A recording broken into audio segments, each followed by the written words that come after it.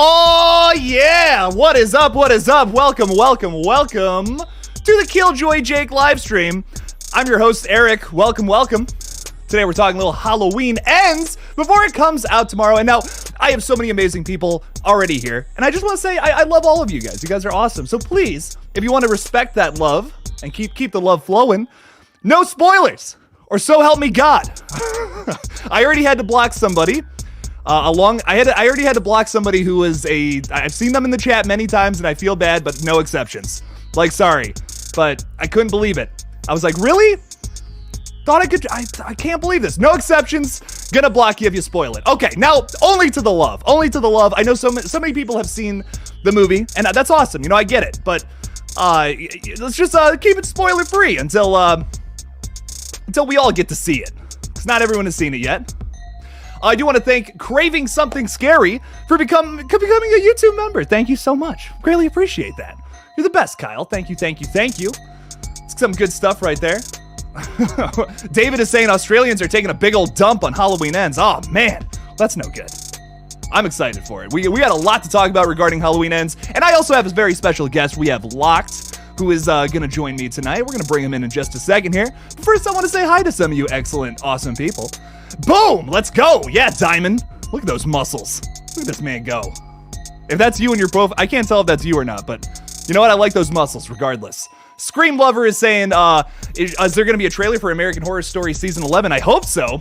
Be awesome. I'm excited for that one. New York City. What are they going to do with that? I'm pumped. Denisha's here. Howdy, hey, Denisha. Welcome to the stream. Talking a little Michael Myers action. Got a cooked up a little new song for the Halloween stuff. I don't know if you like this or not, but I'm vibing with it. Blytheson is here. Still love that profile picture. What's up? Eric is here too. I'm hearing horrible reviews, but fuck, I'm still excited. I'm hearing mixed reviews, which I think is interesting. That always intrigues me a little more. Dropping on Peacock at 10 p.m., says Eric. Hell yeah. Do a little rewatch of that after you see it in the theaters. I saw the some kind of scene is leaked on YouTube. Well, cool, but don't spoil it here. Horror Thriller Boy is here. What's up? Hank Hill. Damn it, Bobby. Damn it, Bobby. Here, just for you, Hank. Let's get a little Hank Hill clip going out. And the second I see some ass, I'm kicking it. For your next trick, why don't I kick your ass? Because I want to know whose ass to kick. Nice. Welcome, Hank. Zoe is here. Zoe's in the house. Dr. Andy's in the house. The Jay Way is in the house. So many people. Awesome people. And holy crap, Denisha's throwing $2 into the pot already. Thank you so much, Denisha. I love ya. Thank you. I love you too. Thank you, Denisha. All right. Well, now it is time. Bring on my awesome guest. Want to talk a little bit about this awesome dude? We got Locked here, who's going to talk a little Halloween Ends with us tonight. Welcome to the stream, Mr. Locked. What's up? What's up? It's nice to finally be on here. Heck yeah. We're going to talk a little Halloween Ends tonight. I'm very excited. We're going to give our final predictions, final thoughts, any other things we may think about this. So I'm really excited to get into this with you. But how you doing? How you doing tonight? I'm doing great. I'm happy to finally have a day off of work so I can just hop in here. Usually you're like just in my pocket while I'm just stocking stuff in Walmart. So it's nice to finally be able to sit in my room and just actually be on here and actually read the comments for once. Heck yeah. It's going to be fun. It's going to be a good time. We're going to talk Halloween Ends, predictions, and all that. It's going to be good. It's going to be an awesome time. You're starting a channel as well sometime soon, right? Yeah. It's been a little difficult trying to find out like what I want to do, because there's a lot of like what you do and like the updates and stuff, and then there's just like the reviews who certain people like, you know, Cody or Drum Dums or Rewatch, like they're great at that. So I'm thinking about maybe doing like analysis for like whatever horror movie I could think of, like more like what do I think of a certain aspect of a movie, because there's not a ton of that I've noticed. So that's what I'm thinking about trying to do. Trying to figure out like where I want to start with. Probably Halloween, since it's right here. Yeah, this is the Halloween week. You got to start with that. There you go. Yeah. It's perfect. Heck yeah, man. Well, we have a lot to talk. We got a lot to talk about, so we might as well just get right on into it. I see all you awesome people here too. All the love All the love to you all, by the way. And I see some of you talking. Listen, I know. We all want to talk about spoilers. I know. Trust me. I see it in the chat. People are like, oh, man. Just want to get into them spoilers. But let's not do that quite yet. We'll do that this weekend. I promise, okay? We'll have a whole stream where we can just talk spoilers, go crazy. It's going to Peacock theaters. You're able to see this thing. You know, it's not like Terrifier 2 where it's only in, like, select cinemas or whatever. So. Yeah. Right. So okay, all right. So let's talk a little bit about money first and foremost, because money is money's nice. So let's talk a little bit about Halloween Ends. How much money do you think this is gonna make? Currently, it's projected to make 50 to 55 million in its opening weekend. But Locked, how much do you think it'll make? Just out of overall, maybe this weekend, overall, whenever, however. I think that's probably close to accurate because horror is really popping off right now with like Terrifier or Smile or this summer with the Black Phone. And the Black Phone is competing with like some real bangers that everyone was going to see. So I think there's a pretty decent shot that Halloween Ends is going to, it's probably gonna make a ton this weekend because I've also like noticed that anyone that I've talked to like in person, like no one that's just like super into the fandom, everyone's excited for this movie. Like anyone I've run into that knows about it, they're just so pumped. So I'm expecting it to make a lot of money. That's my thoughts on that. I think it'll do good. I don't think it's going to dethrone the original Halloween 2018 that had like the craziest weekend out of all of these. I do think it's going to do good though. You know, like I think it's going to do good. We got Diamond Rattler saying 77 mil in the first weekend. That'd be awesome. I mean, the more money, the better for horror movies.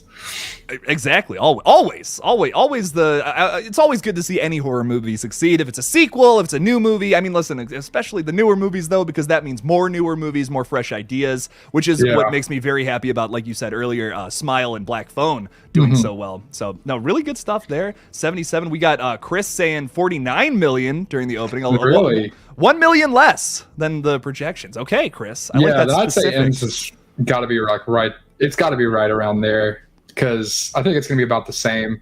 So yeah, it's probably, that sounds right.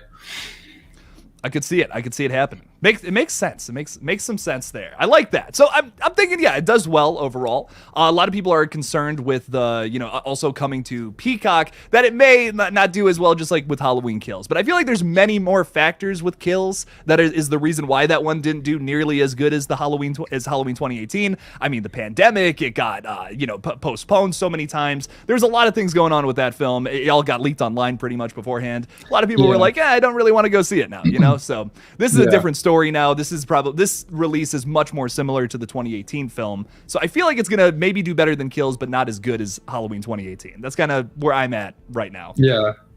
I mean, heck, even like Scream came out in January when no one goes to the theaters, and that movie I think beat Kills just by a little bit. But like, so this has been a huge year for money when it comes like to horror movies making money. So yeah, I mean, it'd be cool because, I mean, if this does so well, then Blumhouse will probably really try and do what they were talking about, which is get the other big slashers. Because I definitely want them to get Friday. I don't know about Nightmare on Elm Street, but I really want them to get Friday the 13th. So, who do you want to do Friday? Just out of curiosity, real quick. Oh, well, I've said it 1,000 times that I wish it'd be David Gordon Green because, I mean, his team and whatnot, would it be similar? Yeah, but I feel like he'd be able to change it up enough to where I would dig it. I mean, I feel like on its own, it would probably be like a top 4 Friday movie, probably like out of the gate, just because I trust that team enough to do that.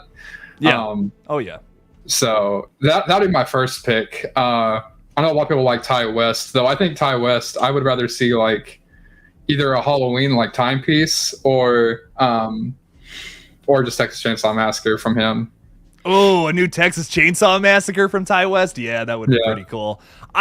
It's one of those things where I'm like, he would do a great Halloween or a great Friday, a great whatever continuation of a old school slasher franchise, but I'm almost more just excited for whatever original idea he's got cooking up next, more or less, though. Oh yeah. It's kind of because, like, dude, Maxine is one of the movies I'm the most excited for next year. Like, I cannot wait for that. That's either one or two for me. That one and the Nolan movie. Oppenheimer? Or whatever? Like those are the two big ones right now for me. Nice. Next year.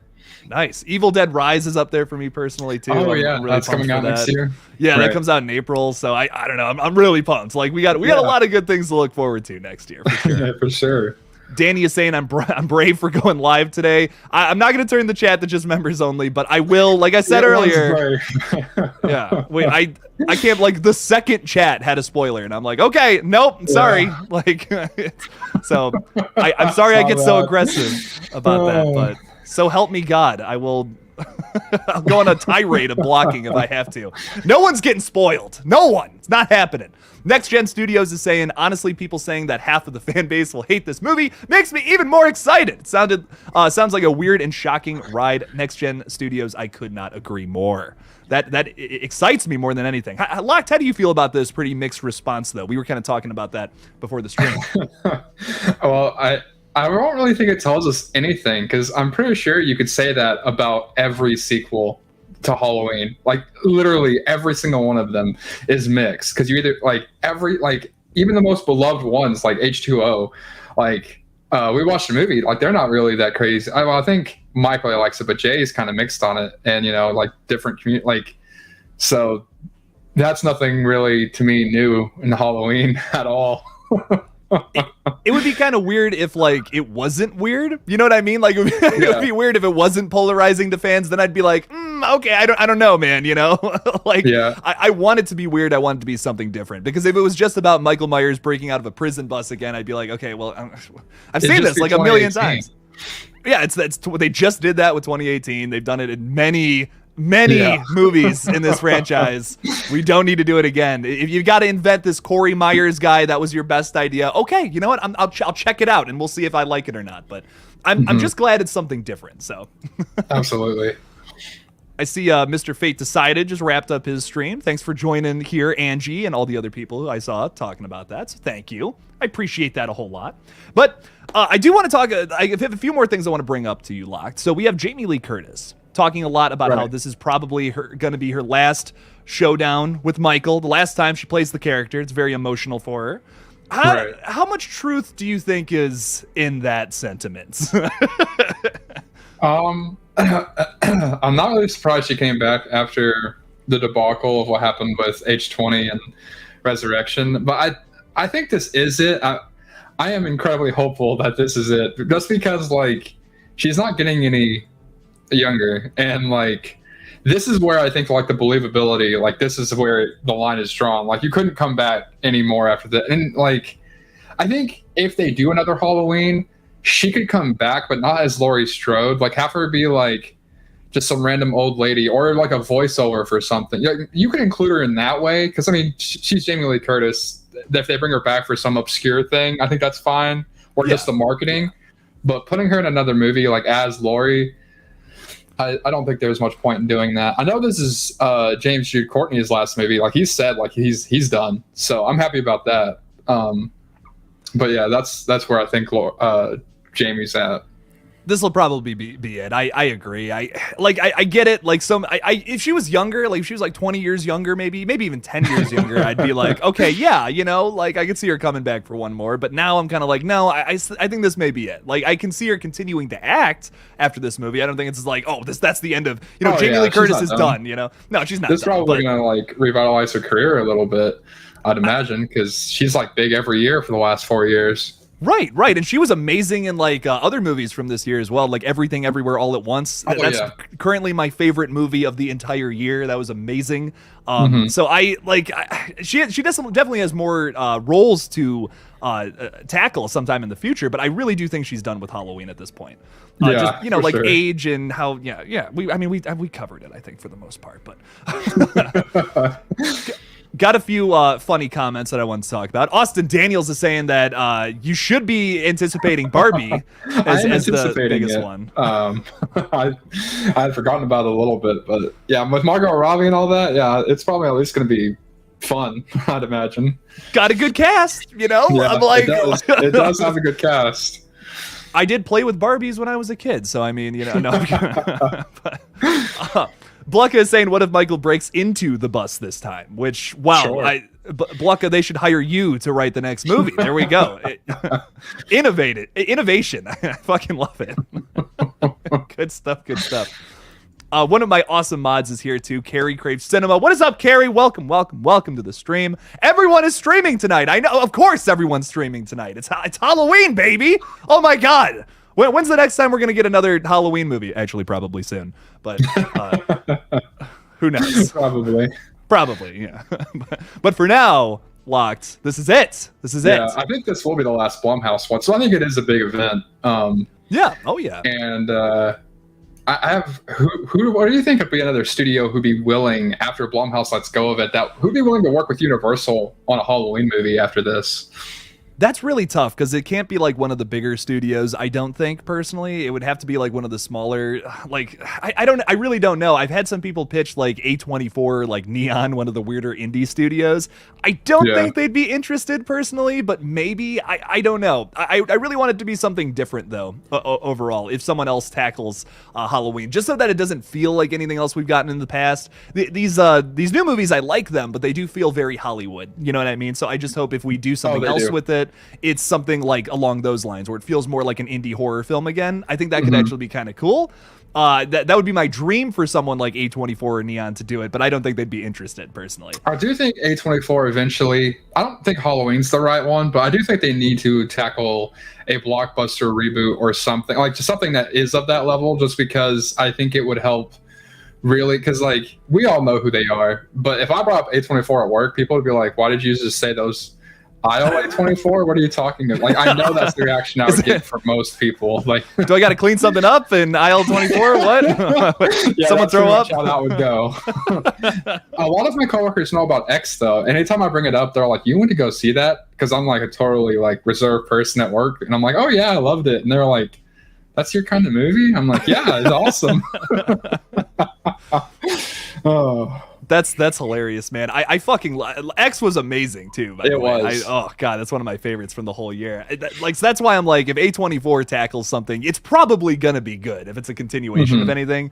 But like I said, like it just doesn't seem like it's up their alley, which is unfortunate. But yeah, no, it's good. They put out great stuff very consistently. So you know who I'd like to see A24 bring in to direct a movie? Was it David Blue Garcia who did TCM? Yes. Yeah.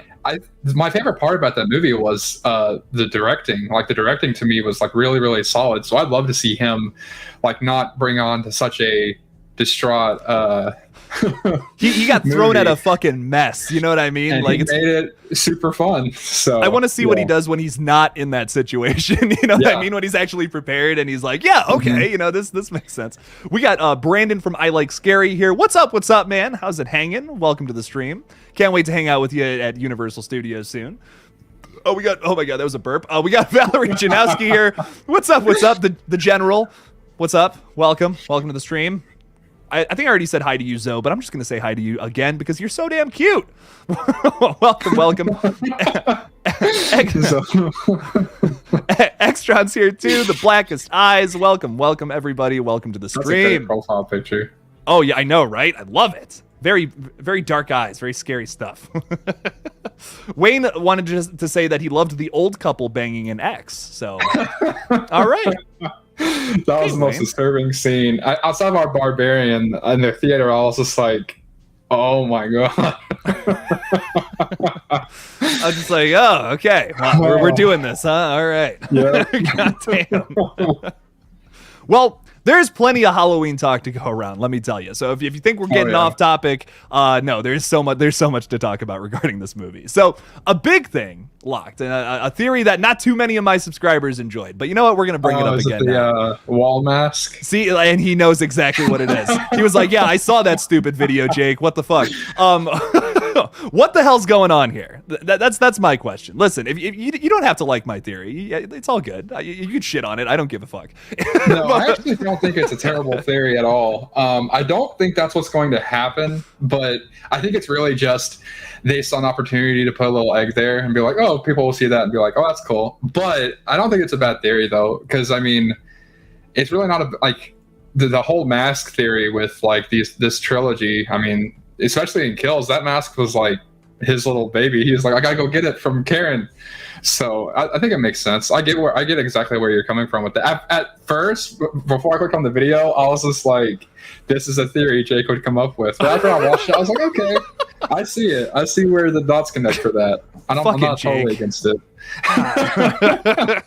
What are you doing, man? It's just a wall. Relax. Yeah, I saw Brandon from I Like Scary, who was just here in a second ago, pointed that out to me, and I'm like, it could be an Easter egg. I see that angle, but I'm like, there's got to be something to that. Like, I'm like, that's just, they put it in the trailer. I'm like, come on, there's something there. It probably connects to whatever's going on down there, like whatever, like Michael powering himself up through kills or whatever he's doing. That's probably what it connects to. Thanks, Extra. Love you so much. Thank you. All the love. Sorry, it just I mean, cut you off. Just thought that was funny.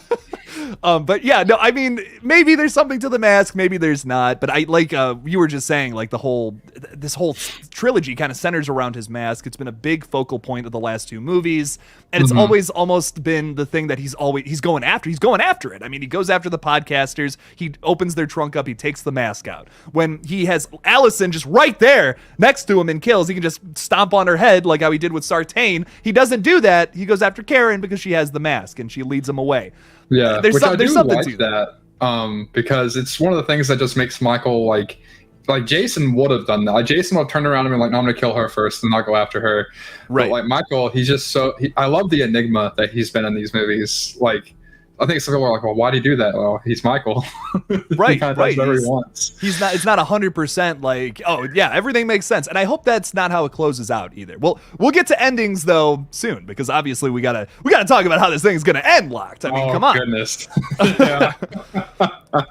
But I already see some of you talking about it in the chat, and we have to bring this up because Mr. Corey Myers here. I think we got to bring. We got to talk about this. Locked. What's your take on Corey Cunningham here? Do you think he's gonna go full blown Corey Myers, take on the role of the Shape, or is this just gonna be another side character that progresses the story?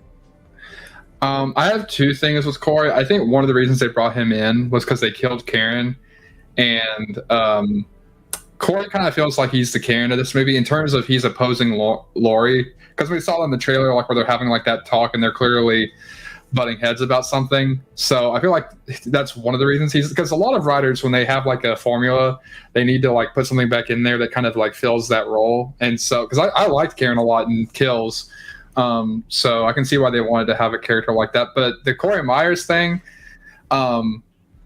I'm going into it to see what happens with that. If it like, because I like Rohan Campbell, I think he's going to work in the movie. But I honestly have no clue if he puts on the mask. Like, we'll see. I have no clue. I honestly don't know if I'm going to say I'm going to love it or hate it because it could all change tomorrow. I really do think it comes down to how they deal with it. If they just replace Michael Myers throughout the majority of the runtime with this just random new kid, I'll be like, okay, well, I don't know about that one. But I'm down for like a brand new character, maybe going crazy or something, going after his bullies. Like, okay, I could see that working and being just a little part of the story.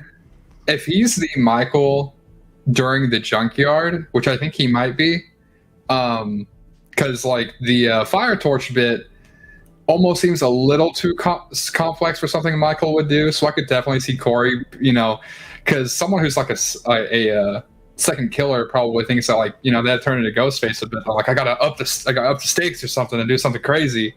And I have a feeling the junkyard sequence is probably going to be like top 3 sequences in the movie. It might be the best sequence in the movie because everything I've seen from it looks really dope. Like that whole thing looks going to be awesome. Did you hear the John Carpenter track that they released? Yeah, that's another reason I think it's going to be good because the track for it's really good. it goes very hard. Yeah. Oh yeah. It does. It's some good stuff. It does. I'm already putting people in timeout that are getting close to spoilers. Just saying that, guys. Hey, come on. I know. Listen, I know we want to talk about it so bad, but I promise this weekend we'll have a stream where we can talk spoilers. We can go nuts and talk about it. So please, let's just keep it under wraps for a little while. Just last minute predictions, and then tomorrow we're gonna go full blown talking spoilers and everything. So I'll have a whole video for you guys to watch, and then we can talk spoilers then. So that's good stuff. But yes, no, I do agree. I hope the Corey thing works. That's going to be a big make or break aspect of this for sure. But you were also bringing up that director Joe Russo had tweeted about it and compared it to Rob Zombie's Halloween 2 and Curse of Michael Myers, which depending on how you feel about those movies, that's either really good or really fucking bad. How do you feel about that comparison, Locked? There's two perspectives I think you can take with that. Well, for one, if you just hate those movies, which there's a good group of people who do, then you're probably just Joe. You shouldn't have said that.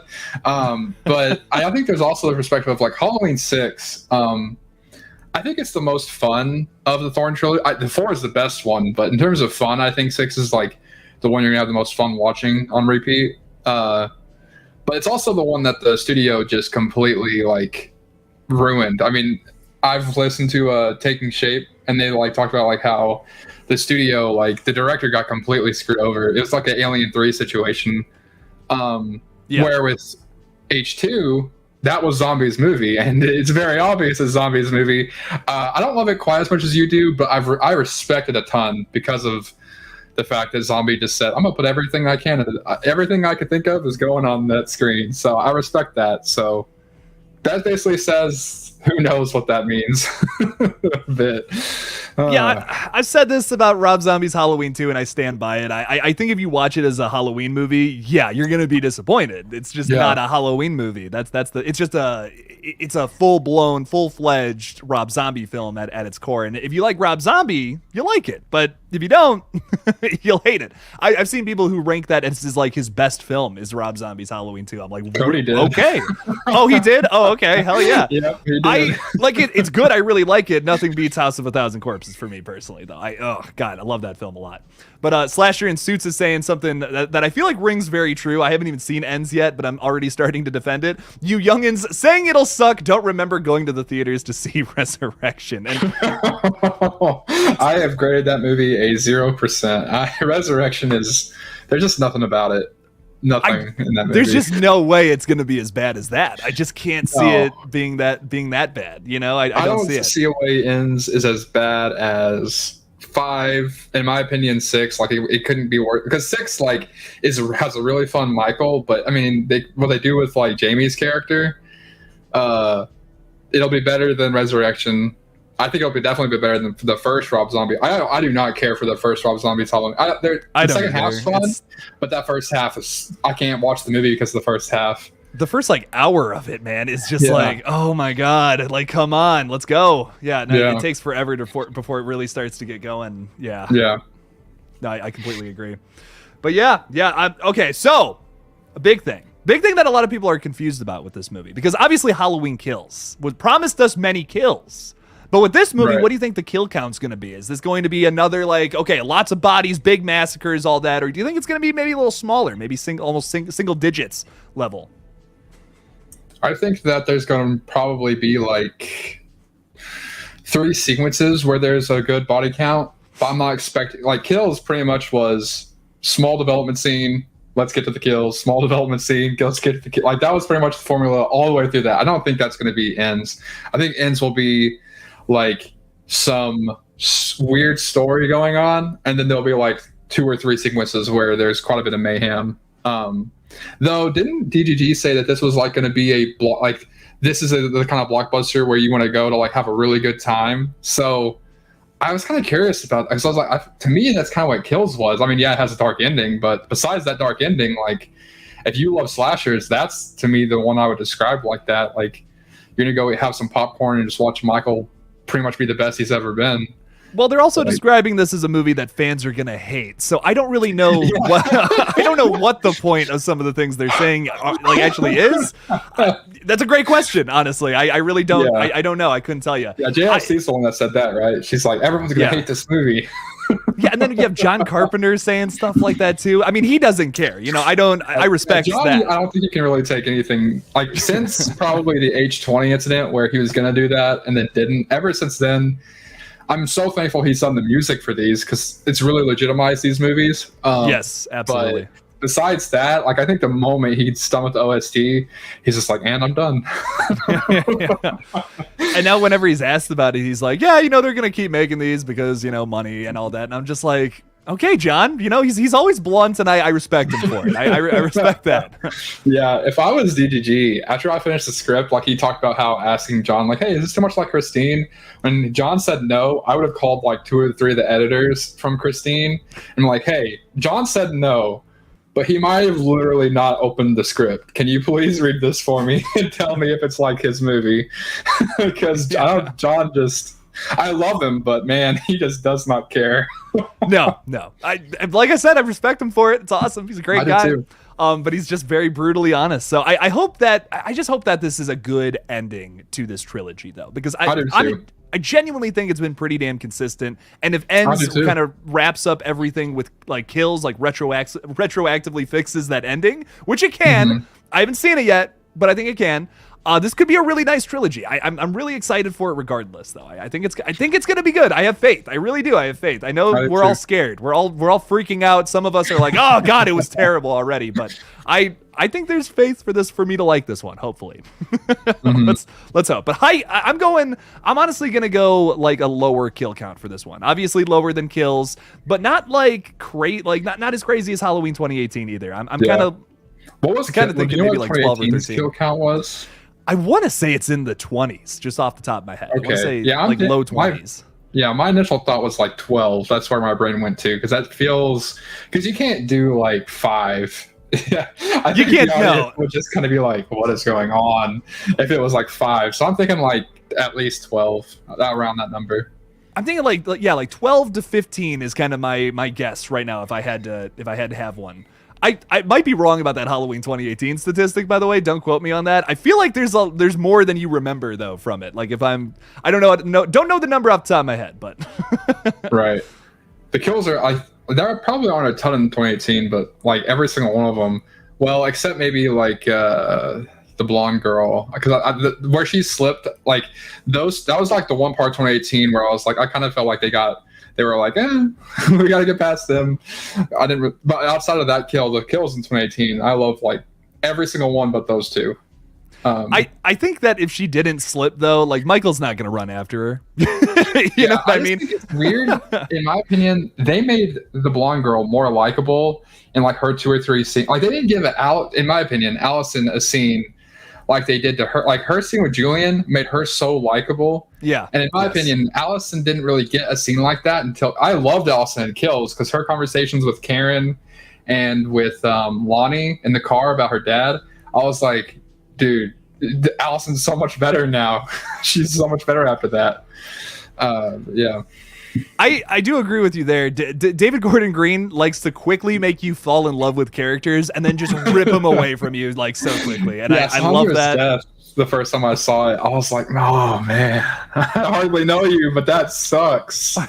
right. Like he does it so many times, but like for me, it always works. It's pretty much the same setup every time, but I dig it personally. So me too. I love it. Sky's Decay is saying that he or she feels like Michael is going to get more kills in Ends. Ooh, okay. You got to keep going all out as the sequels continue. So I can't argue with that at all. Maybe that's the kills. Maybe that's how it is. Maybe that's I don't know. I don't know though. With that mob at the end, he killed like 10 people. At the beginning and the end of that film. Yeah. No. Yeah. Holy crap. So it'd be hard to do it. That'd be hard to top. Oh yeah. Man. I love kills. I'm like unabashedly. I mean, there's a reason I've got Michael from the movie that I adore kills. I'll defend it all day.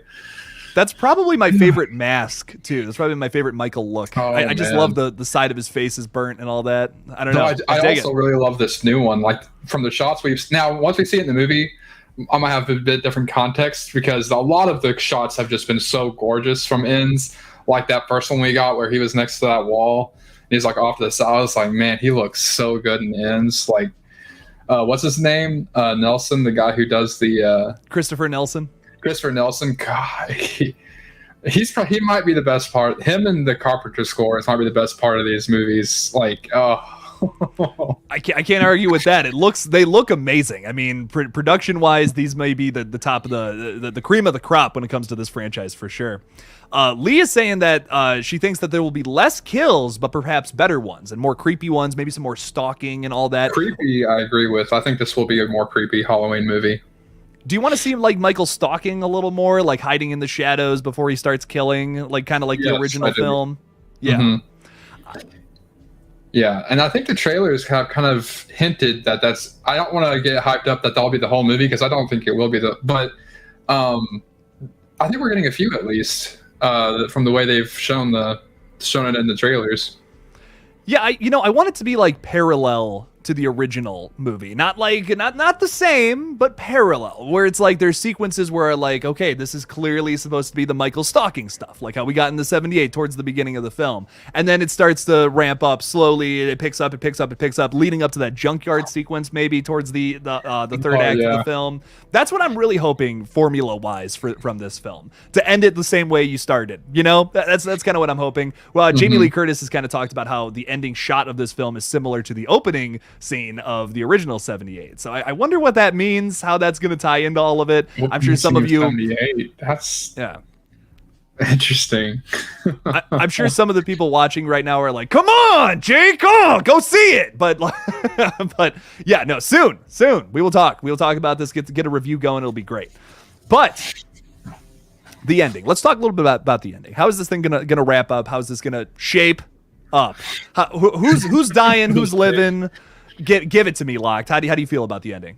The only thing and I've seen no spoilers, so this is a guess, but a very strong guess, and I'm not offended by this. I think Michael's a goner. I am almost like, I will say 99.9% certain that Michael's. I don't know about Laurie or I think Alice.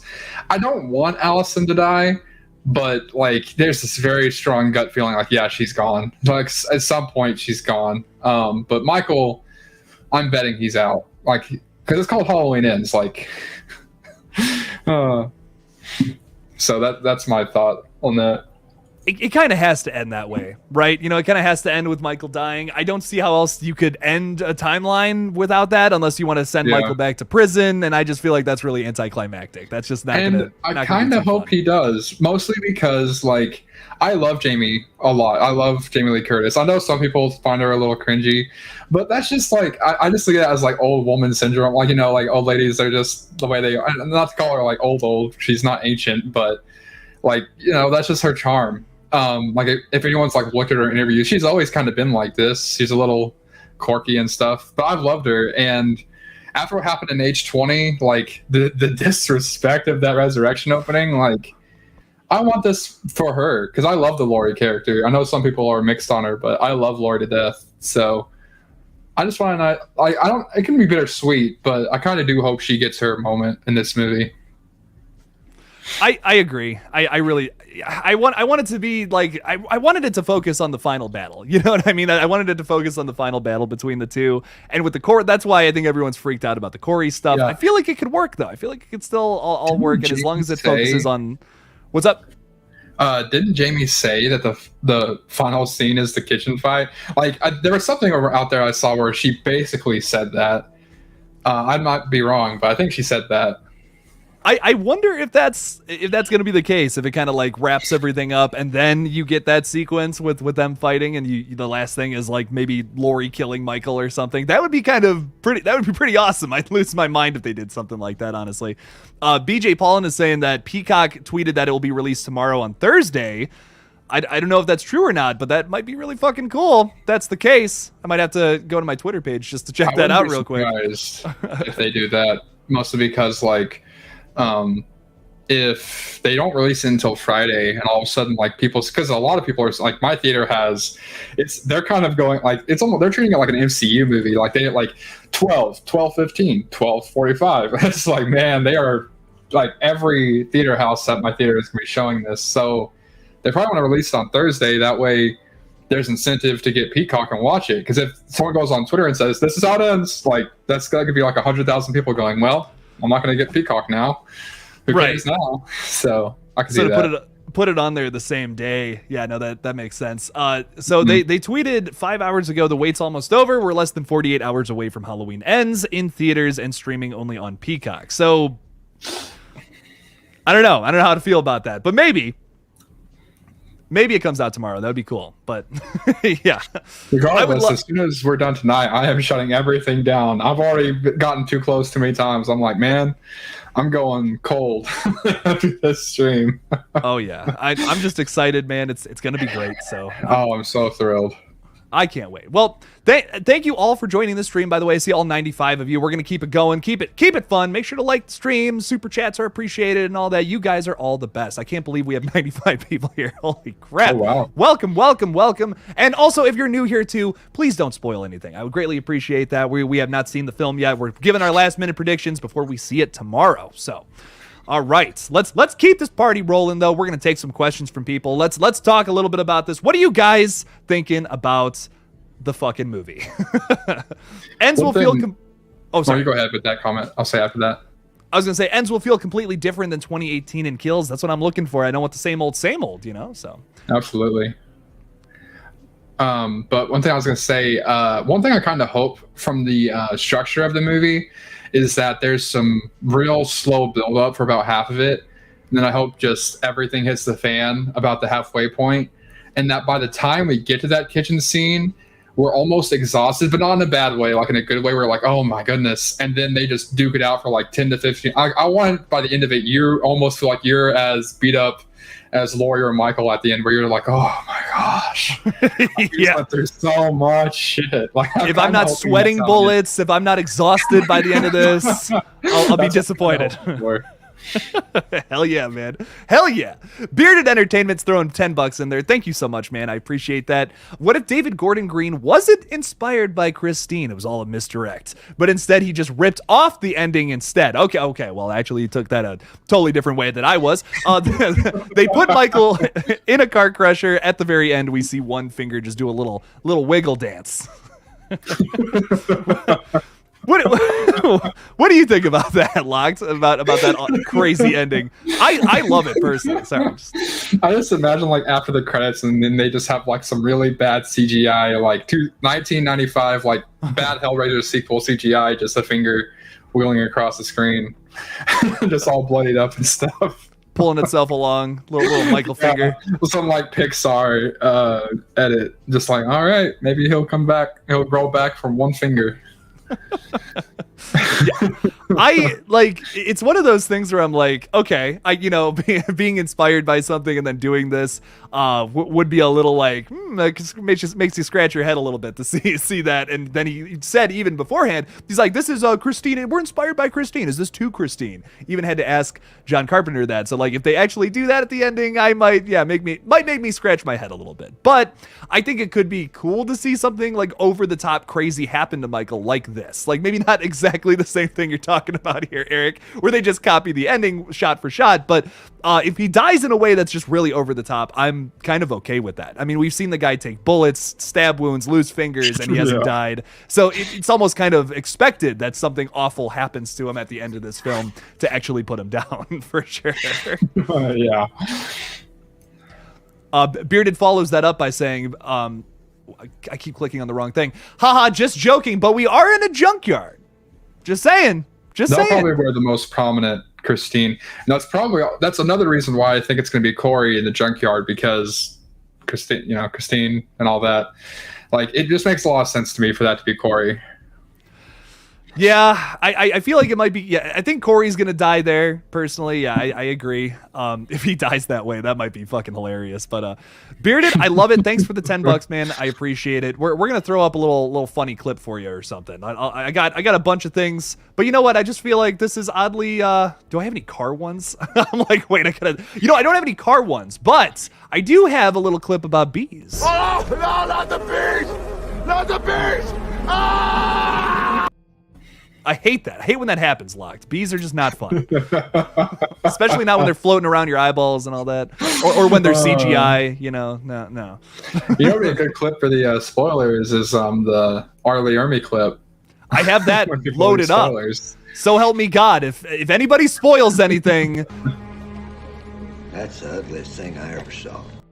Ugliest thing I've ever saw. Spoilers. Don't like it. Oh, Not man. a fan. I love those two movies so much. You're a big Texas Chainsaw 2003 fan, right?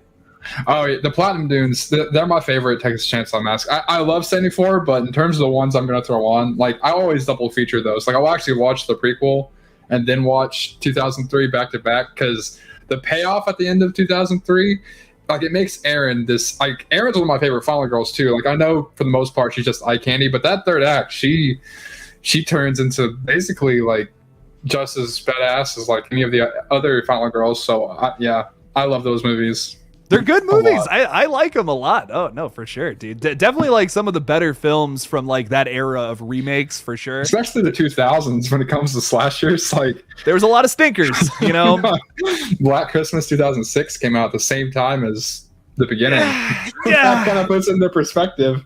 Yeah. I'm very middle of the road with that film. There are some cool things, but why is every kill an eyeball death? Like, why do they just keep poking people's eyes out the whole movie? I'm like, what? Yeah. I don't know. But it's interesting stuff. Bearded is saying, after Craven's stream earlier, I've decided I want to see Nick Cage as the new Loomis. That'll be the remake. The next movie that comes, it'll be a remake. We'll have Nick Cage running around. I actually don't hate that. Honestly, I don't hate that. Just because of how over the top Donald Pleasance is in those movies. Yeah, it'd make it really good. Like, if he just let go completely, it'd make a great like SNL skit. Nick Cage as Dr. Loomis. Oh man. If he like hosts or something like in the next, I don't know if he is or not, but like, can you imagine him hosting like the next week or whatever, and he does a Loomis impression? That'd be great. I think that'd be hilarious. Of him like dubbing all of the Sartain, was that his name from Sartain? 2018? Yeah, I'd love to see him dub all of his lines and just go crazy, especially when he does the betrayal move on Hawkins. I'd love to. That would be hilarious. Nick Cage just losing his mind. That's always especially good. Always like when he's about to die. He's like, "Say something." Say something, Michael. I need you to say something. Oh God, my musk, it stinks. Oh God. Oh, when he says like his head's on fire or whatever in Ghost Rider, right before Michael kills him. He just turns into the Ghost Rider real quick. Just breathes fire. Yeah. That he would insist on that probably. Yeah. What else do we got here? People are like, okay. Russell's like, yeah, I can see that actually happening. Hell yeah, Russell. I actually wouldn't bat an eye. I'd be like, that makes sense. I'm like, okay. Yeah. I'd like to see Dr. Loomis in like a. I would love it, like if they do anything else with Halloween. Like I'd say this is right off the cusp, like a TV show. That's kind of like Dream Warriors, except with Michael Myers. Instead of like him being in the ward, have it take place like a year after he attacks people, and then you have a bunch of these teenagers who are like victims of him all in the ward, and Loomis is like looking after them, and it turns into like a Dream Warriors where it's Loomis and the kids versus Michael. I would go for that. I would go for that. I think if they're gonna remake it, they got to do something like that specifically. It can't just be something different now. Right. It can't just be Michael going to Haddonfield again and going after another person cast as Laurie Strode. No, like doing something like that though would be really creative and a nice little throwback to another really awesome franchise. I really like that idea personally. And Nick Cage as Loomis in that movie. Oh my God. Oh, you have my money. Like you have my. I'm there. I love to see Nick just like get fed up talking to one of the kids in one of the earlier episodes, and he's just like, "Ugh, eat a sandwich or something. I'm done." I almost miss it when Michael just didn't talk. You guys talk too much. That would be great, man. Oh my God, that's so funny. Jesus. I also wouldn't mind McDowell getting another chance because I loved him as Loomis. I didn't always like his Loomis, but every time he was on screen, I was enamored because he was a great presence for that character. Yeah, I like where they go in Rob Zombie's Halloween 2 with it all, and it's like it's cool. It's not Loomis at all, though, and I think that's the only line in Halloween 2 from him, which this is because of Zombie and the way he writes dialogue. Yeah, is that scene with his assistant or whatever. He just goes. Yeah. I'm just like, man, I love the idea of this twisted Loomis, but Rob, let someone else write your dialogue, please. At least for a Halloween movie, man. Oh, it's a bit rough. I agree, man. I think I think that what's weird about that movie for some people is like that stuff, especially the Loomis stuff. I think just because it's such a departure from Donald Pleasance's character. Like in the first movie, he's kind of just playing straight Loomis, but in the second one, he goes off on the whole. He's making the book and all that. It's like it's so weird. It's so not Dr. Loomis. But I kind of dig it because it's like its own thing. Like if you just take this as a brand new character, it works. And I will keep saying that about Rob Zombie's Halloween 2 because for the longest time. For the rest of time, I will say that. I hated that movie so much because I'm like, this just isn't Loomis. That's all I thought the whole movie. But now watching it from the perspective of this is a fucking Rob Zombie movie, watch it that way. It makes sense. It's like, okay. And I just, I've seen it 3 times now. And like the last time I was like, that's actually pretty good. Okay, I see what they did there. Cool. but yeah, if they do bring back Loomis and another actor does it, I could see Nick Cage doing that and doing a Dream Warriors style movie like that. I dig that, man. That's pretty fucking cool. Yeah. Do a remake, but Annie is the final girl and not Laurie. Ooh. Okay, Smithy. That's interesting. I think there's a cool idea with that, just because like I like the undertone theme of sex. Well, it's not really an undertone, like it's pretty apparent, but the themes of like sex in the first Halloween movie, because it's a big thing. Like I didn't notice it the first time. The second time I'm like, oh yeah, I see where people thought this was a whole movie just talking about sex with, you know, the youthful generation and whatnot. But like seeing a movie where someone like Annie, who is like more promiscuous but turns into the protagonist, that is a bit Friday the 13th, but yeah. I don't hate the idea though. Like, it's one of the reasons I love Sam so much. Like, I'm a big Sam Carpenter defender just because I felt like that, like Scream needed a final girl like Sam, I think. Like, I really do think they needed it. So I'm all for something like that. Out of the box, like something out of the box, you know, like with final girls. That's always nice. And that's what I appreciated so much about Terrifier 2 was that it tried something new with its final girl and it hit. Like, I mean, it hit with it so well. Slasher in Suits was just talking about that Terrifier 2 at Halloween 2 vibes with the mom and the little girl. I mean, yeah, for sure. It does feel a little bit like that movie, I think, for sure. But I don't know. That's something I fucking loved about that movie. To change that up is nice because you typically see like different kinds of killers. You know, maybe they're supernatural, maybe they're not, whatever. You see that, so many different variations of that across the board with slashers. But to fuck around with the idea of what the final girl concept is, that was really nice to see them play around with that in Terrifier 2. Have you even seen that? I don't. I had to drive an hour and I couldn't commit to that, so I'm gonna have to wait. But I've been dying to see it. Then I'll shut the fuck up. Sorry. Oh, you're good. You haven't really spoiled anything. Like, I know, like, it would be impossible to go on Twitter and not hear that this is one of the best final girls of all time. I love the love for it. I'm all for it, but it's been everywhere. Like, oh, Lauren Lavera is amazing, and I'm like, I'm great. She is because she looks cool. She looks cool. I haven't seen it yet, but well, they are extending the theatrical release to October 20th, which I'm going to talk about in a video tomorrow. Do you think maybe it might try to see it or anything like that? I'll have to look into it, see where, because I have the next 2 days off, so it would depend on when it's playing and where. If I could see, I want to see it really bad. I don't really have a light stomach. Like, Barbarian made me super uncomfortable. But that's not because, like, blood stuff, like, usually never really gets me. Barbarian made me uncomfortable because, well, you know what scenes did it in that movie. Yeah. Barbarian was disgusting, for sure. I think, and Bearded, I'm so sorry. We're going to get to your comment in a second here. But yes, the visuals are the big thing about Terrifier 2 that are disgusting. I mean, some of the kills, they just keep going forever. And you're just like, oh my God, this is insane. Right. It's great. Question about Terrifier 2. Terrifier 1, like, the kills are obviously incredible, but my favorite thing about the movie, oddly enough, and Cody talked about it, was the way the movie is shot. Like, part of it's because of the low budget, but it just kind of has this cool, old school, like, filter almost over it. Does Terrifier 2 keep that up? Because I love that. I love, like, a lot of fan films do it. I wish more low budget films would do it because it always looks good. Always a 10 out of 10 decision to do that. That's what I really like about it. It feels like a lost 1981 slasher, like early 80s, late 70s. Like those slashers, I feel like just have a certain vibe to them that like late 80s slashers don't. Slashers where you could just finally get them to let Jason stab someone on screen for once because the MPA was just like, no, you can't do it.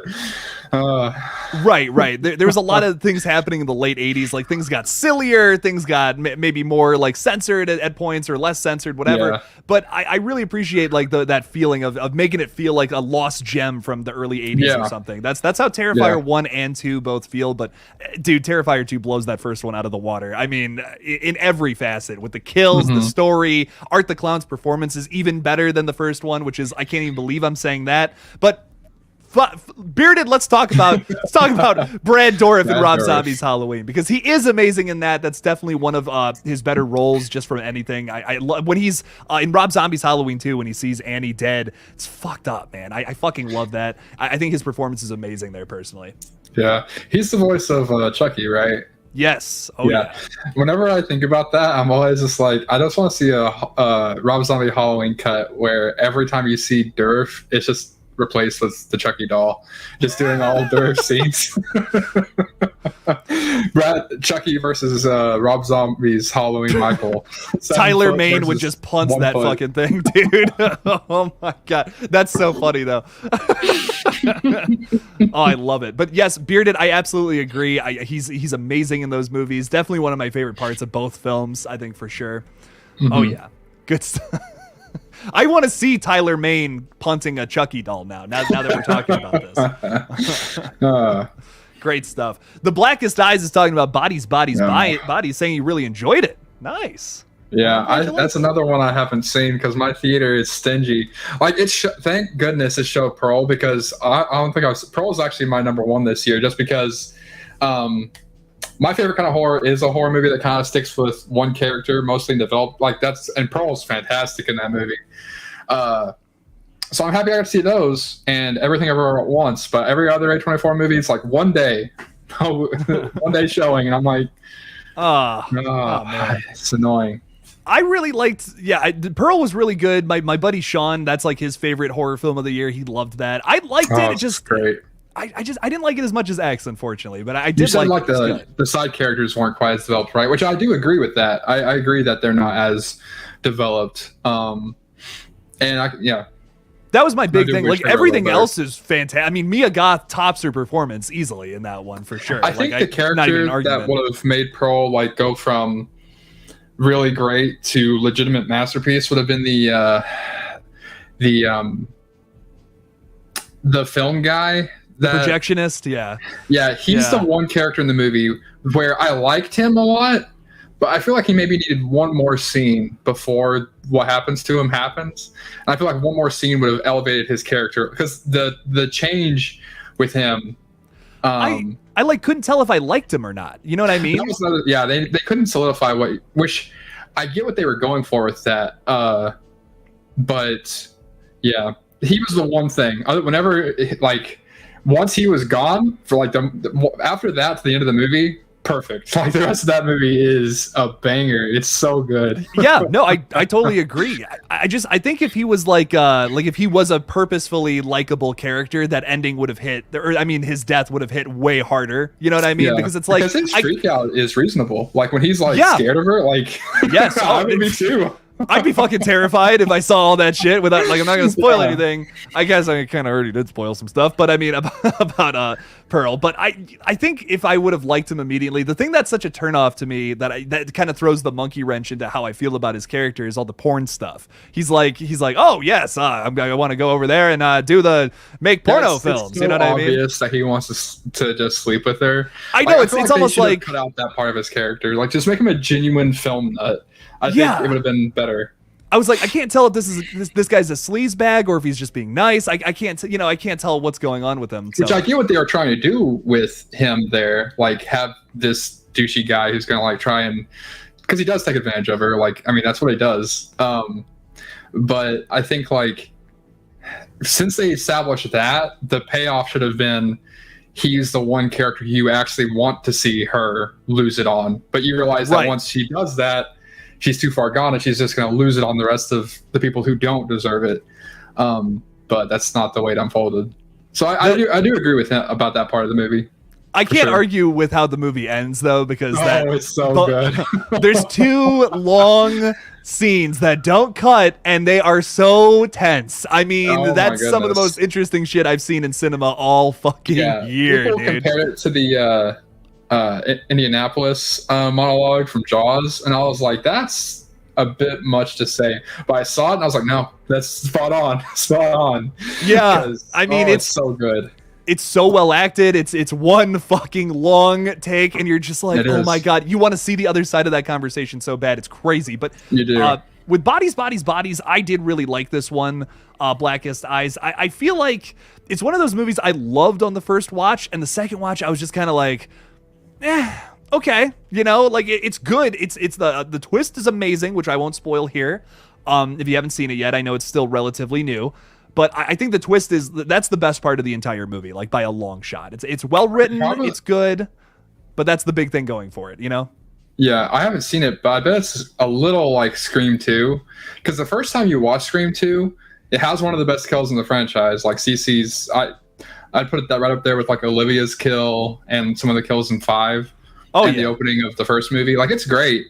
And like, there's outside of the cafeteria scene, because it's just so cringy, I love the boyfriend in that movie. I genuinely like the idea that he's actually a good guy, and it costs him his life because Sydney can't trust him because of her trauma. Like, there's so many good things in that movie, but like, that's pretty much the best parts of the movie. Everything else, well, and obviously the Gale chase scene, but outside of that, there's a lot of other stuff in that movie where it's just like, on rewatch, it's like, wait a minute, Mickey disappears for like 70% of the movie. Like, what's going on with that? Yeah, there's a lot of weird things that, like, it's like you should have had more Mickey in the movie, but you do get this, you know, musical number in the cafeteria. What?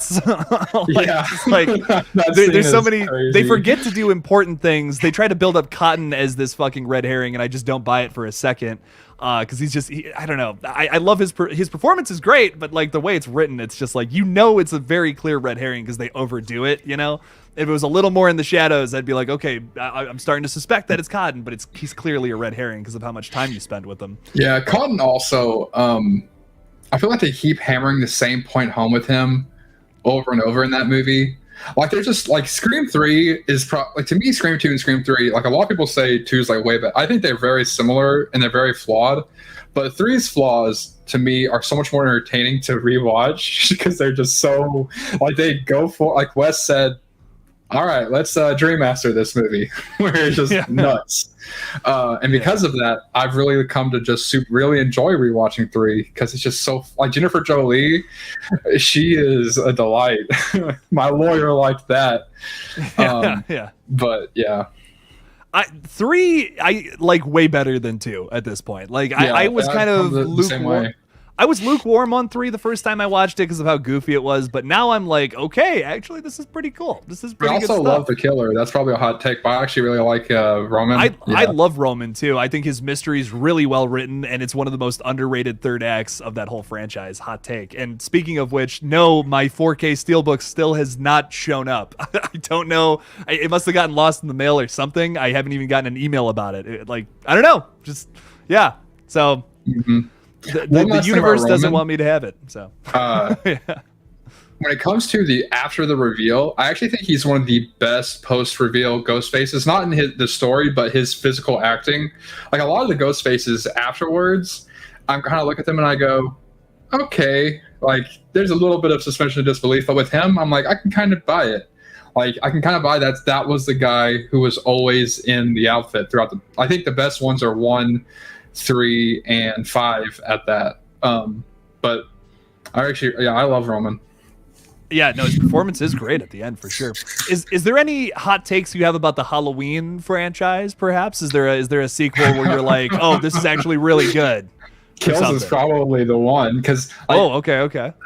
Like, have you seen the Dr. Wolfula video I sent you about Halloween Kills? I have seen, like, his review I saw. I don't know if it's the same one. I can't remember. No, he did a review like a week ago or something like that. Oh, okay. So this is recent. He pretty much says everything I say about it because although I agree there are certain things in that movie that could have probably done some reshoots on. But overall, I think there's a bit more story in Kills than people give it credit for. Like, people are like, okay, it's a dumb slasher. I'm like, I mean, kind of, but I almost like the story in Kills more than 2018. I like Laurie more in 2018 for sure. But Kills, to me, the way it tackles the fallout of violence, to me, is I love it. Like, there's just so many story elements in Kills. Like the way that evil affects a town, and just to see the way they handle grief and anger. And I also think everyone complains about like how stupid people are. I kind of think it was a little meta in the sense that they were kind of tackling the good guy with the gun mentality. I won't say anything more on that, but I think that the movie was taking a stance on it though, which is that Cameron's never handled a gun. Lonnie's as far as we know, Lonnie's just some drunk dude who has a gun. You know, right. Laurie can do it because Laurie's been preparing. But these people, like Tommy's he kind of has like that masculine ego of like, I got to be the guy. You know, when I was a kid, Laurie was the woman, and now I'm the guy. So I gotta grab the bat and be Mr. Hero. So I think he was supposed to be annoying. Like, I don't like Tommy, but I don't really think you're supposed to love Tommy. No. That was a big point that movie made, and a lot of people, I feel like they missed it. They were like, well, Tommy was so annoying. I didn't like the whole mob stuff. And I'm like, yeah, but that's kind of the point. The mob mentality thing is a huge factor in that movie about how you're organizing a bunch of people to go after something, but it's going to get misconstrued as it goes down the line. And then you end up killing the wrong guy, which is something that happens. And it's one of the highest points in Kills for me personally. Yeah. I fucking love that whole thing, that it was set up from 2018. It was so well done. And I didn't see it coming at all, which was nice. I'm expecting for more things to happen like that here in Ends. I hope. Yeah. I don't think they made the mistake of making Michael too likable. He's likable when he's killing the mob. The moment he picked up that mask, I was like, as long as you don't kill Karen, you can kill every one of these people. I do not care. But the scenes where he's killing, like, first of all, Big John and Little John are probably my favorite characters in the movie. Big John is hilarious.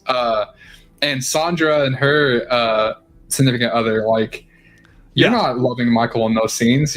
Well, maybe you are if you just don't care. But for me, I was just like, oh man, this sucks. Especially Big John stuff. Like, oh.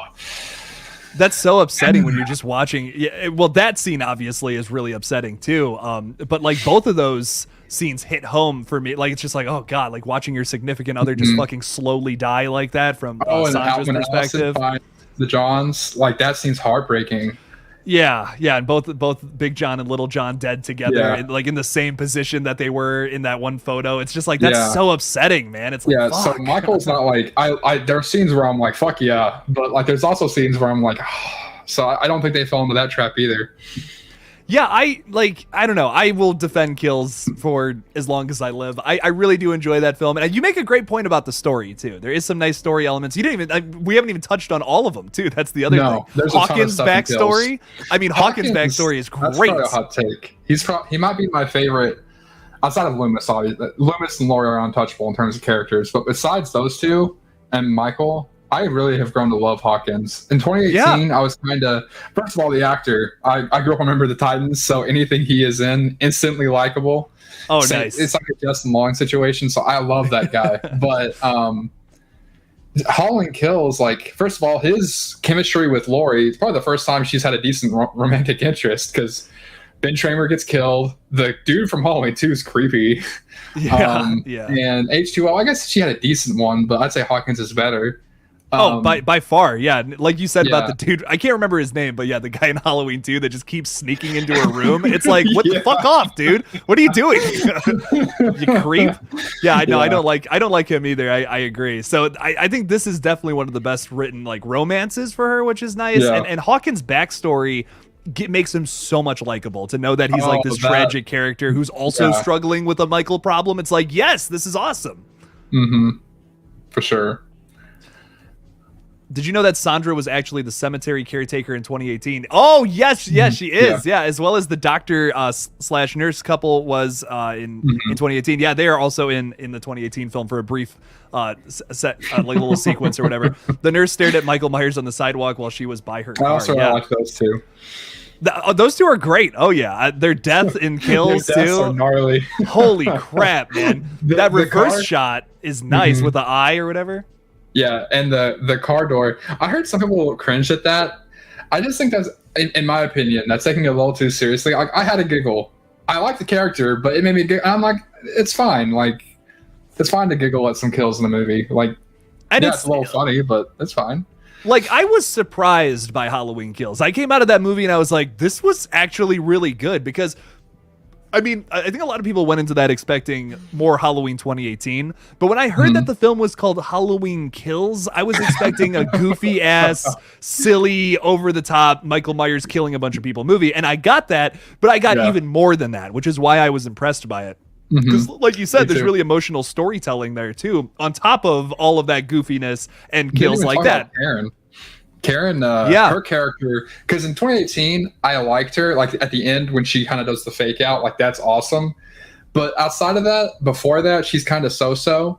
But they really take off after that moment where she becomes a lot more likable at the end of 2018. Because in Kills, to me, she might be the best like protagonist in the movie. Her and Lonnie were probably my two favorite. Like Lonnie, I kind of wish we saw how he went out, just because it's crazy. I think Lonnie's probably the best returning character in I'd say so in Kills. In terms of characters who were just brought back in Kills, like Lonnie's probably my favorite because just that conversation about Allison's dad was just, it felt so like real. Like I loved that. Oh yeah, no, and when he's telling the backstory, all that about like Allison's dad too, like there's just like a lot of really emotional moments in that movie where you're like, oh, I don't want these characters to die, and then they all die. You know, it's just like, oh, it's really emotional. I love it. The first time I saw it, I got a little annoyed at the end for how artsy they went with the way Michael killed the group. But upon rewatch, and especially, have you seen the extended cut? Yes, yeah, that makes it. I don't know why they didn't make like. I don't know why they didn't go with that version for the mob murder spree, because the way he kills Tommy in the extended cut, like you actually see him raise the bat and then like his mask kind of fades out after he does it. So much better than the kind of random just bam. And that's it. Like I was like, dude, put that in. The extended cut's better in my opinion. I like it. It's not.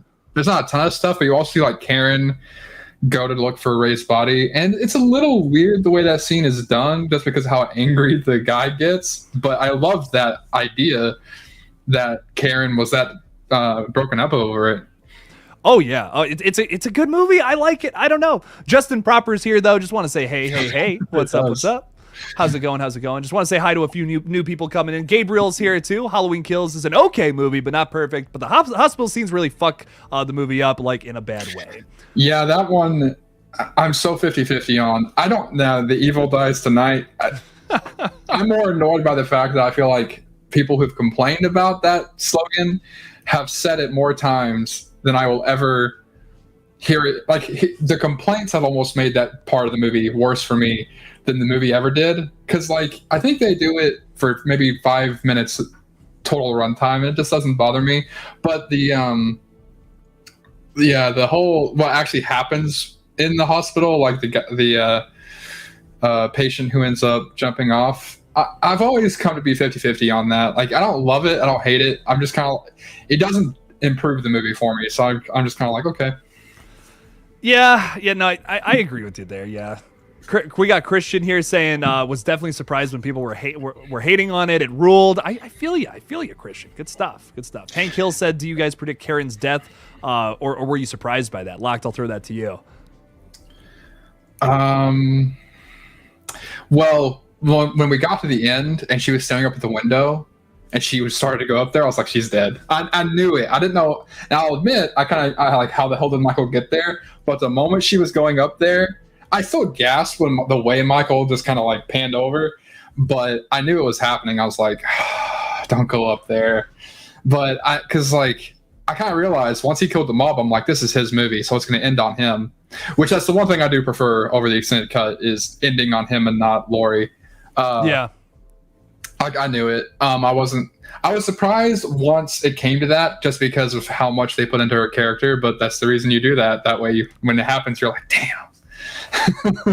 Yeah, and I do agree with you about like the beginning of 2018, go with her whole arc, whole arc through these movies. At first, I'm kind of like, I don't know how I feel about Karen, and then like you see the ending and she's badass, she has that whole. Yeah, that ending really helps her. Yeah, that ending's great, and I feel like if they I kind of was expecting Karen to die at one point, like in the movie. I'm like, okay, this is probably gonna happen, and then it happens, and then I'm like, man, that was it's done in such a lazy way compared to some of the other kills in the movie. That's why I'm kind of like whatever about it. I was expecting that to probably be, I was expecting an emotional kill to cap it off, because I was expecting an Empire Strikes Back kind of ending where it's like, it's not all happy and things are left off on some sour notes. Yeah, I think it's kind of, I would kind of compare it to Barbarian's ending a little bit. Barbarian's ending makes a little more sense, but you do have to suspend your disbelief a little bit with what happens. And I think the reason I'm just gonna say this. That's all I'm gonna say. Yeah.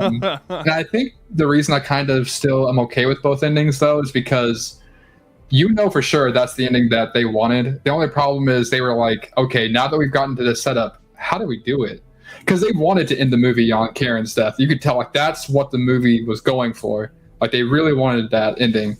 I just think, like, and then it's not as powerful. I totally agree. I 100% agree. More time on figuring out how to actually do it. Like, maybe I don't know how to. I can't come up with off the top of my head how to do it better. But because like they built up the whole looking out the window the whole movie, so it made sense to end it on that. But yeah, I agree. It could have been built up better. It's almost like the TCM ending where Leatherface just comes out of nowhere. Yeah, he just like pulls her out of the window like, what just happened? Hank Hill makes a really good point too about how the hell did he get back to the house, the fastest old man ever. There's also just like a wall of fucking cops in front of the Myers house. I assume it's because earlier he got in through the back door, but didn't the Johns lock it though? I don't remember, but I assume that's how they thought audiences would. And the first time I watched it, that's what I thought. But yeah, after a while, I was like, I mean, I whatever, it is what it is. But I was like, yeah, they could have done that better. That's the one part of the movie where I genuinely like, yeah. I don't know how they would do it because, like, you still have Allison at the Myers house, but I almost wish, like, the whole, like, grouping around the mob thing, I wish that happened at the Myers house somehow, like, maybe right in front or something. I don't know. I just, leading him too far away and then going back, it's a lot of running around for what doesn't feel like any big point. The leading away scene, to me, is probably the best part of the movie just because... It's great. I'm not saying it's not great. Is the most... It's the most where Michael, even though he's not wearing his mask, is kind of like old school Michael because he really is just following her around corners and stuff. But I agree, like they did kind of have to sacrifice the ending to make that scene so good.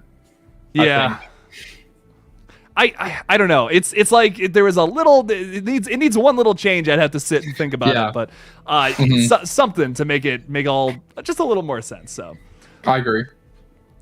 He went in the back door and up the stairs is Henry's theory. Okay. Yeah. All right. I mean, maybe, but there's still like a bunch of cops out front, which is what makes me question about all that. So maybe he snuck through some bushes. That it was Corey. That snuck in. Even then, that still doesn't make sense. I heard I have no idea if that's true, but I don't think it is because I think, I don't think that's the case. But I've heard the theory, and for a second, it's like that sounds cool, but there's no way. There's no way that was Corey because, especially with the extended ending, that had to be Michael. Most likely, yes. I don't know now. Now that I'm thinking about it, I want to watch it again and look at his left hand specifically and have that like as a focus. That first trailer, just he's got his fingers. I'll have the answer like in 24 hours. I'll have the answer, but but yeah. Mm-hmm. Well, by the way, everybody who's here now, I will be going live after I see the movie tomorrow night. I'll be seeing it relatively early tomorrow, so we'll be able to talk about it pretty soon, probably around like 8 p.m. Eastern time. I'll be going live doing a little non-spoiler reaction. Once I get home, I'm just going to go live. I'm not even setting a time for the stream because of that. So, whoops, hit the wrong button. But yeah, so make sure to check that out. We'll be talking about the movie there where I've actually seen it and then can talk with you guys about it. It'll be great. It'll be a good time. Is there any last minute predictions you want to talk about this before we wrap this puppy up though, Mr. Locked? Do you think Hawkins is a goner probably? Because I feel like that'd be Hawkins would probably be the reignition that Laurie needs to go. okay, yeah, I'm not over this. Let's go. Yeah. Screw you. Yeah, I really think it's going to be an emotional movie. Like, I feel like a lot of people are going to die. A lot of main characters are going to die, and it's going to it's going to be upsetting. I think for sure. It's going to be one of those like almost tearjerker kind of movies because of how much these characters have been set up over the past 2 films. Hawkins is dead. Lindsay is dead for sure. No argument. Yeah. The one where I'm 50-50 on still is Laurie and Allison. I don't know why I couldn't think of their names for some reason. Yes. Allison is interesting. I don't know how to feel about her because like I'm kind of 50-50 on it to where like I either really want them to make her character like a big staple, or if they're not going to, don't lead us on to think she's going to be. Like if the movie's going to be Laurie, Corey, and Michael, then just do that. Don't get my hopes up in the first 15 minutes. That's going to be a Allison feature because Andy Matichak, she's awesome, but yeah. So I kind of hope she lives, but I don't think she's going to. I'm kind of in the same boat. I want her to live, but I feel like if they do kill her at the end, that'll be really emotional. And it kind of almost makes sense with how the formula of the last 2 films have been, killing the Nelsons off, essentially. Just keep pissing off Laurie. Yeah, right. I feel like it just makes sense for that to happen at this point, but I hope not. Let's say that. So, we're gonna wrap up, but real quick, Locke, the last question. I'm gonna throw this at you. Final predictions: Michael and Laurie. What do you think happens between them? We're laying it down, laying the framework down. That what is going to happen in this movie? Who wins? Who dies? Do they both die? How do you feel about it? I think bittersweet. You've said bittersweet in the past, and I think that's going to be right. I think that Laurie will finish him off in a way that definitely feels like, okay, yeah, he's got to be. Like, there's no way he's getting up. And I think that we could have a bit like an ending. I don't think like we'll get like a nice little 5 minutes of exposition of like, all right, and this is how it all ended. Like, I think it'll kind of like the way I kind of hope it ends is this solemn, like, yep, it ended. And you have like this theme playing is like they just kind of cast away from it, and that's that. Because like an exposition ending, I don't think really. That's not what I would do. I would just kind of go for like, yep, that ended. Because like the last 2 movies kind of do that. They kind of just kind of end. So yeah. I kind of hope they'll stick to that because that's what I would do. That's how I think it's going to go. I personally don't know if the ambiguous ending works anymore in this franchise because I've seen it so many times. Almost every movie has ended that way from this franchise. Laurie just like stabs him with like 50 knives. She walks over, she like kicks over a pumpkin, then she looks back and they go like, no, and he's like gone. I'm like, no, don't do it. I've gone on record to say that like that's the best way to end a horror film is to keep it ambiguous, to keep the fear going. But I just think for once, just one time in this franchise, end it where Michael fucking dies. It doesn't get retconned in the next movie. They didn't have plans to bring Michael back like Rob Zombie did. Just give me a fucking movie where it ends. It actually ends. Bam. There we go. Okay. All right, I'm going to have to keep blocking people. God damn, dude. Don't put spoilers. Guys, look, it's right here. Right down there. You'll get blocked if you put spoilers in the chat. Please. God damn. But I really think end of the movie, we have Michael actually die for the first time. Laurie lives, but all of her loved ones, and I know this is just the same fucking thing I've been saying, but I'm sticking to it, Locked. I'm sticking to it. I really think that Laurie is going to be the one that lives from this. Her family members are dead. Hawkins, her boyfriend, maybe she's married, whatever. I think he's a goner. I think Allison's a goner. She loses her family. She sacrifices that to take down this evil, and we're left with Laurie alone by herself who has overcome it. It's bittersweet, but I just don't see this ending. I don't know how else this trilogy could end personally, and I want to see them just do something different more than anything. So yeah, I'm definitely looking forward to the crazy. Like that's the thing I've heard the most. Chelsea Rebecca, I think, from Dead Meat was just like, can't wait to see like how crazy the response is going to be. So like that, I'm so happy that makes me the happiest about this response, rather than this rocked or everyone being like, oh, that was miserable. Like, man, this is going to be nuts. Like that's what has me so thrilled for tomorrow. I'm so pumped, Locked. I can't wait. Thank you so much for coming on, by the way. I appreciate that. It was great for talking here. Hell yeah, thanks for talking Halloween Ends with me. And thank you all for joining us and talking a little Halloween Ends before it all ends tomorrow. So thank you guys again for watching. All the love to you. I'll be live again tomorrow, like I said, probably around like 7 or 8 Eastern, one of those times. And we'll talk do a little non-spoiler talk about the movie. And we'll go back and forth about how we feel about it, yada yada. So make sure to join me then. It'll be a good time. Thank you. All the love to you guys. And as always, don't forget to kill it out there, y'all.